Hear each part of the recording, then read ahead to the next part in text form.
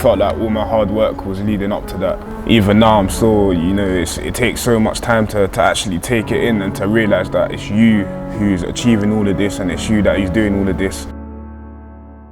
Like that.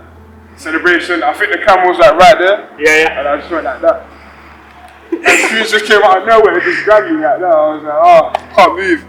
But yeah, it was a very chilled one, Beautiful ground. So I started playing football at the age of 6. When you're playing football at that age, it's not really too serious to start off with. You're just doing it for fun. My mum wanted me to do something so that I could have a focus in life, basically. Growing up in South London is very difficult. You can get led the wrong way. Of course, we've got issues with knife crime over there and stuff like that, and drugs and stuff like that. So she just wanted me to have a focus as soon as I was a kid, basically. And of course, I enjoyed it. We realised I was quite good at football as well. So I would say around the age of 10, 11, that's when we started taking it more seriously. And I ended up getting scouted by a couple of clubs as well at a young age. Coming to the age of 14, 15, that's when I wanted to sign for an academy. It was very hard. I'll say I'm a late developer. I didn't sign for an academy that quickly. Got to the age of 16, signed for Stevenage. After Stevenage, I got released, obviously, and now I'm here. I got signed for Exeter City. So that's my footballing journey in summary. Yeah, I had to go out and show not just myself but other people and everyone else that I am good enough to become a pro or to get a scholarship, and which is what I've done in the end. You just got to be. I think I was very strong mentally. So yeah. And what was that exit trials experience like? I mean, was it quite nerve-wracking, Yeah, of course. It feels like it's like the game of your life, really. Yeah, it was very nerve-wracking, but once you step out on the pitch, it's all fine. Your nerves go away. After like the first first couple of minutes. After that, I was calm. I ended up playing really well, and that's how I got scouted by Exeter City. 10 minutes after we was done, I was driving back home, and Dan Kelly, who was the scout, the ex-scout, he called my mum straight away. He was like, yeah, I'm Dan Kelly from Exeter City. We like the look of Cheick. We want him to come down. And I ended up coming down for 3 days. And then I got signed after 3 days. I played Bournemouth on the Saturday. We lost 3-0, I think, that day. And then I had a meeting with Dan Green and Chad Gribble at the training ground at the Cat and Fiddle. And they said, yeah, we want to sign you. We want to give you a scholarship. And I literally said, I basically said I want to accept straight away. What was that experience like as a 16-year-old, who's spent his upbringing in London to come down to sleepy little Devon, which is a little bit different? I mean, what was going through your mind at the time, or were you just thinking about the football at that point? Nah, to be fair, it was very hard. I've never been to Devon before in my life before that point, so I was very, very scared. I didn't know what to expect, but like you said, of course, I knew why I was coming. I knew I was coming for football, but I was really that scared because I didn't know what the people would be like coming to a place in the country I've never been to before. Once I got here, it's quite quiet, very quiet compared to London. But then, got to the training ground, met everyone. Everyone was so welcoming. All the under 18s that I met, all the coaches were welcoming. So I felt welcomed straight away. You mentioned earlier as well about there are some difficulties in living in London if you get in with the wrong kind of people and stuff. Did you find that moving here gave you an opportunity to solely focus on the football? You wouldn't have any distractions and things? Yeah, to be fair, in London I didn't have them type of problems because I was always focused on my goal and focused on school and football, and I was very disciplined from a young age. I've been very disciplined, so I wasn't really hanging around with the wrong people. But what I meant by that was it's very easy to slip into that. Do you know what I mean? But of course, moving to a place like Devon, you're away from all of that. It's miles away. So yeah, it is easier to focus on your football. And how hard was it to move away from your family as well and to move in with people that you never met before? Yeah, that was quite hard as well. That was another tough experience, something that I had to get used to. But after living with them for a couple months, we got used to each other. We started speaking, having good conversations, getting to know each other. And then months turned into years, and then the year turned into 2 years, and then, do you know what I mean? Now they're like my family, so yeah. And what is the experience like for you, and living in that host family environment? To be fair, at first it was quite awkward. That's normal, do you know what I mean? But like I said, once you start getting to know each other and how all of you live, you know, it's like a chemistry thing, do you know what I mean? Kind of, we just got used to each other. She knew what I liked in terms of like food, you know. It got to a point where we started watching movies together and stuff like that. So it got very friendly very quickly and very easily. And joining the academy at 16 as well, what was that like?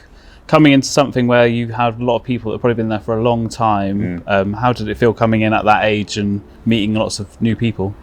Yeah, I've got no problem with meeting new people. I made friends very quickly. You know, people like Louis Morrison and, you know, Lewis Wilson. We had Jack Stafford as well. I made friends very quickly. I was very social, so I was going to the beach in like pre-season, stuff like that, going out for food and just doing all that I could do in order to make friends and to feel comfortable and to feel at home. And I've done that very quickly. And after 2 months, I felt like I knew all of them, you know, like I've known all of them for the whole of my life. So in terms of that, I adapted extremely quickly, very quickly.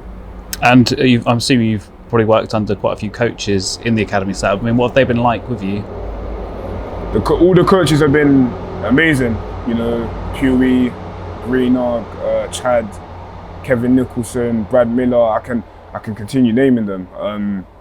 They've all helped me so much. Every single one of them, I want to thank all of them.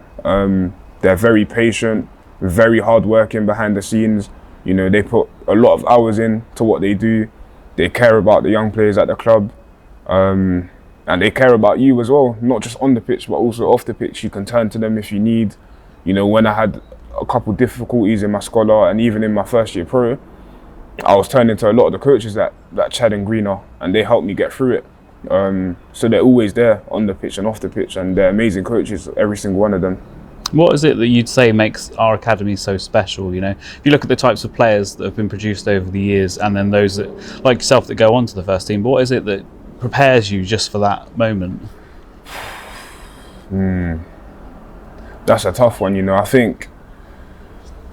I would say it's just like the setup of the academy. The coaches are very clear on what the first team manager wants in terms of like players in all different positions. So I think when everyone's clear and everyone's on the same page, it's easier to then produce players and make players first team ready. So for example, as a centre half, when I was in the academy, they was always teaching us how to head the ball, how to play on the cover, what to do in certain situations, and they always reminded us of what Matty wanted and what the first team manager wanted, and how you would contribute to the first team and what role you would play in the first team. So I think when that gets drilled into you literally every single day, every game day, then when you come into the first team, it makes it easier. Then obviously you get your pro, you go on loan, and then you put that into practice against men. And I think doing all of that and then getting into the first team and then showing it makes it so much easier. And that's why I think that's the key to the academy. It's just that everyone is on the same page, and that's how it feels like. Everyone's on the same page. And leading on from that, you had your first taste of real men's football with your short loan spells at Buckland and Bideford and Tiverton. I mean, how did you find those? You know, you're very young at this point as well, going off to play against seasoned, you know, men's footballers. Yeah, I wanted to, at that point in my football, I wanted to go on loan. I didn't want to play 18s football because not that 18s football was getting easy, but I wanted another challenge. I wanted to play against people that were bigger than me and maybe more athletic than me as well.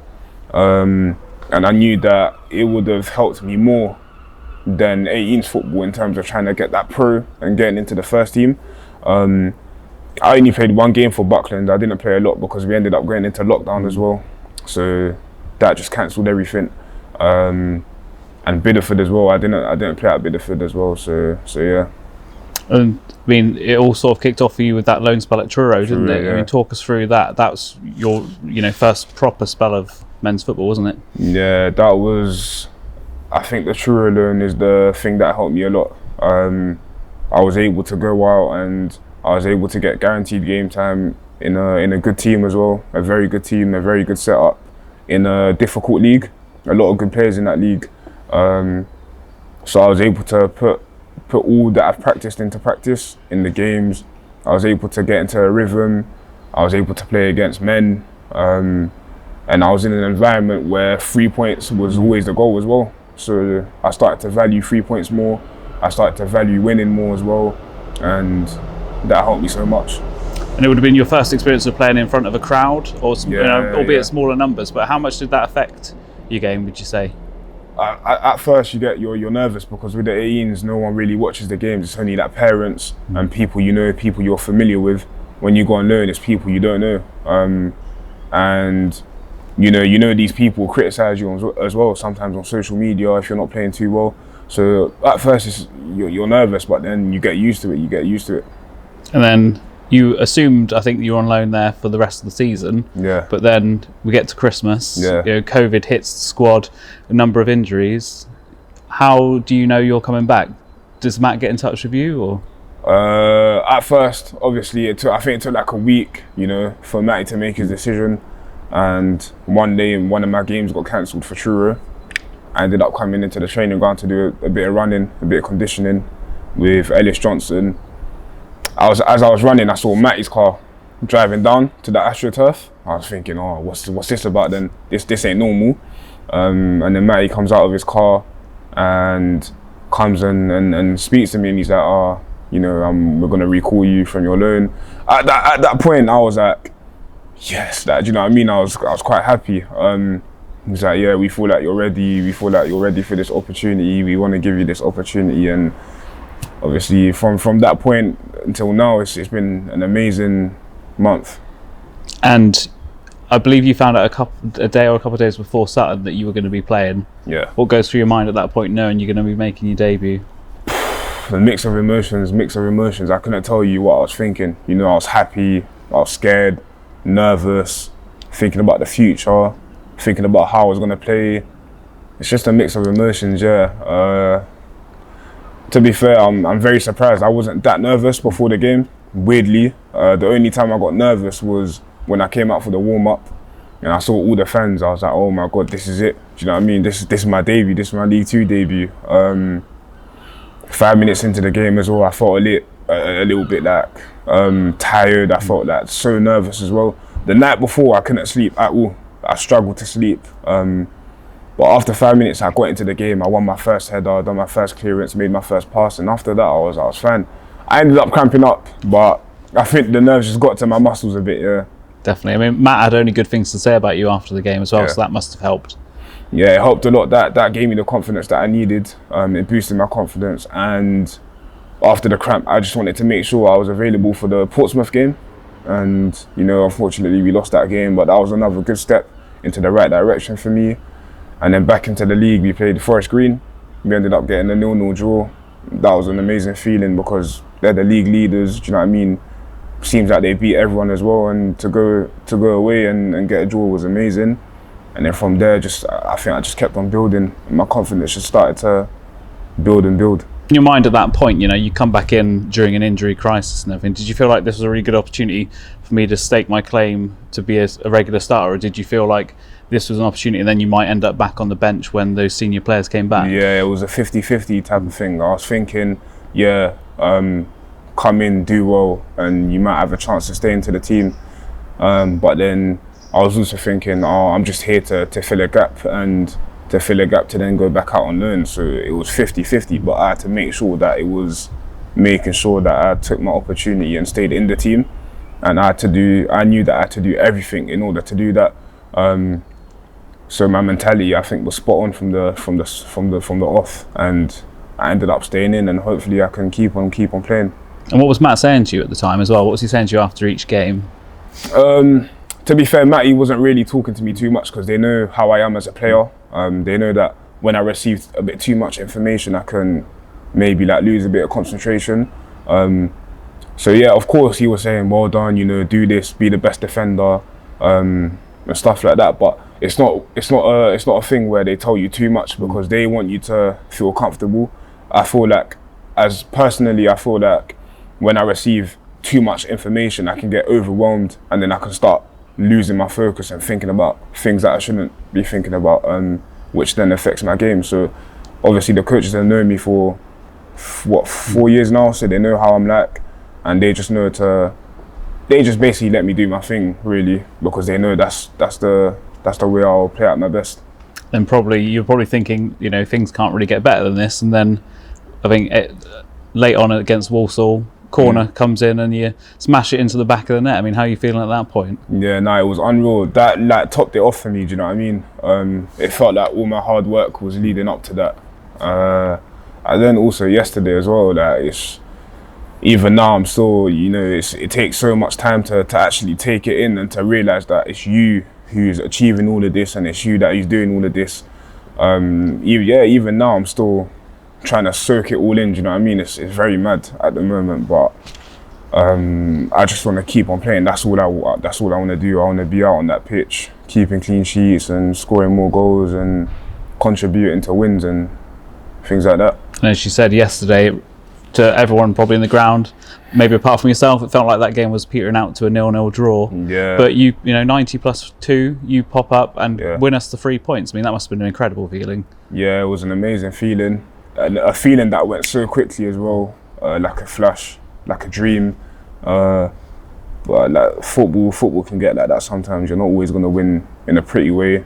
Sometimes it's going to be in an ugly way. And anything can happen in football, literally. You know, that goal came out of nowhere. And that's football. You said last night you didn't really know how to celebrate. Is that something you're going to work on? Yeah, I mean, it's weird. I felt very chilled, you know. Normally you would be like excited and jumping around, but for some reason I felt very calm and very chilled. And I think that's just because I couldn't believe it still, do you know what I mean? I went to bed like normal, but I was like rewatching all the videos of the game and it was still in my head. I had so much adrenaline. I struggled to sleep, of course, but yeah, no, after the game I was just calm and chilled, to be fair. And it was a special moment, I think, that the fans were singing your name at full time. I mean, how did that feel? That was, you know, a beautiful moment. Beautiful moment. They done it at Walsall as well, but to do it here at home, it's completely different. It's louder. There's more people, and it's in our home as well. So yeah, that's a feeling you just never forget, and that's a feeling you've got to cherish for the whole of your life. And then also January's Player of the Month.